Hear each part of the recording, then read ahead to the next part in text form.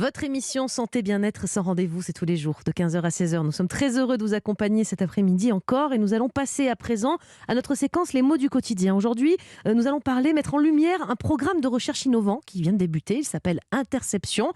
Pour en parler, vous êtes en ligne avec nous, docteur Suzette Delaloge. Bonjour. Oui, bonjour. Vous êtes Bonjour Europe 1. oncologue à l'Institut Gustave Roussy et vous dirigez donc le programme de recherche Interception, un programme de prévention de plusieurs cancers. Est-ce que vous pouvez nous expliquer le plus simplement possible en quoi ça consiste, Interception? C'est quoi son objectif? En fait, l'objectif, c'est de tenter de révolutionner un petit peu la prévention du cancer en France.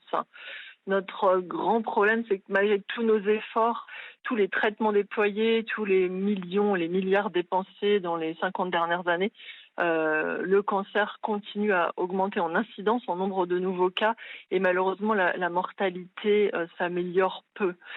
Une piste majeure, évidemment, est d'aller plus vers de la prévention, c'est-à-dire l'identification précoce du cancer et son éradication avant qu'il n'arrive à une phase clinique, c'est-à-dire qu'avant qu'il puisse éventuellement risquer de faire mourir la personne, mais aussi avant qu'il puisse donner des séquelles ou que les traitements donnent des séquelles. Donc, Interception, c'est ça, c'est essayer de développer tous les outils pour identifier précocement les cancers avant la phase clinique. Et du coup, Interception, ça s'adresse avant tout en fait, à des personnes à risque augmenté. L'idée, c'est pas d'aller dans la population générale, mais commencer par identifier des personnes qui ont plus de risques de développer un cancer dans les années qui suivent pour leur proposer ça. Et par exemple, vis-à-vis de quel cancer ? Alors, on est sur des personnes à risque augmenté des cancers les plus fréquents, cancer du sein, cancer colorectal et cancer du poumon, qui sont les 3 grands fléaux actuels, mais également des personnes qui ont des risques augmentés de certains cancers plus rares, à cause de risques génétiques, etc., ou également dans le futur des risques augmentés de cancer de la prostate, par exemple. D'accord. Donc c'est un dépistage de cancer nouvelle génération qui va être évalué dans ce programme donc, qui s'appelle Interception, mais c'est une collaboration ville-hôpital. Ça veut dire quoi dans la vraie vie, ce programme, en fait? Comment ça va s'organiser? Alors, ce programme est un pilote. L'idée, c'est de construire quelque chose et de démontrer que ça fonctionne pour qu'ensuite ça puisse être implémenté un petit peu partout dans beaucoup d'autres endroits. Et la prévention, c'est pas quelque chose qui peut être fait à l'hôpital, ça n'a aucun sens. L'hôpital est juste un acteur intermédiaire pour aider, soutenir ou renforcer les actions de prévention qui sont menées en ville. Donc l'idée, c'est que les personnes à risque augmenté de cancer dans les années qui suivent soient identifiées par leurs médecins de ville, des médecins généralistes essentiellement, qui puissent nous les adresser pour une prise en charge très spécifique de façon courte. En gros, ce sont des journées où on peut en discuter, mais dans ces journées, on va avoir beaucoup d'informations.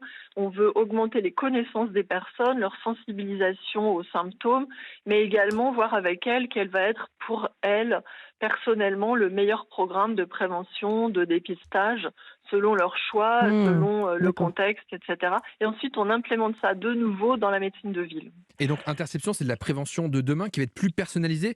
Mais ça veut dire, si ça se développe, on peut imaginer éviter combien de cancers chaque année environ ? En fait, il y a à peu près 40% des cancers qui aujourd'hui seraient évitables si on modifiait nos comportements. Donc globalement, c'est pas sûr qu'on puisse évidemment éviter tous ces cancers, mais un certain nombre d'autres potentiellement. Donc l'idée, c'est de diminuer potentiellement 30% à long terme des cancers graves. En fait, on ne veut pas forcément éviter tous les cancers parce que certains cancers peu graves avec peu de traitements et peu de conséquences sont même quelque chose qu'on veut éviter de diagnostiquer. Ce qu'on veut, c'est éviter les cancers graves qui donnent des séquelles aux personnes et qui sont au risque de décès par cancer.